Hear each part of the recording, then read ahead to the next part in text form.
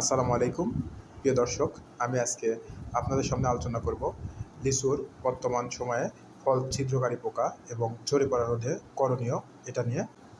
লিচুর ফল ছিদ্রকারী একটি মারাত্মক পোকা। এই লিচুর ফল ছিদ্রকারী মারাত্মক এই পোকাটি দমনের জন্য আমাদের যে ব্যবস্থাটি করতে হবে তা হলো ল্যামডাসাইহ্যালোথিন গ্রুপের কীটনাশক প্রতি লিটার পানিতে 1 মিলি হারে মিশিয়ে 7 থেকে 10 দিন পর পর 2 থেকে 3 বার স্প্রে করলে এই ফল ছিদ্রকারী পোকাটি সহজে দমন করা যায়।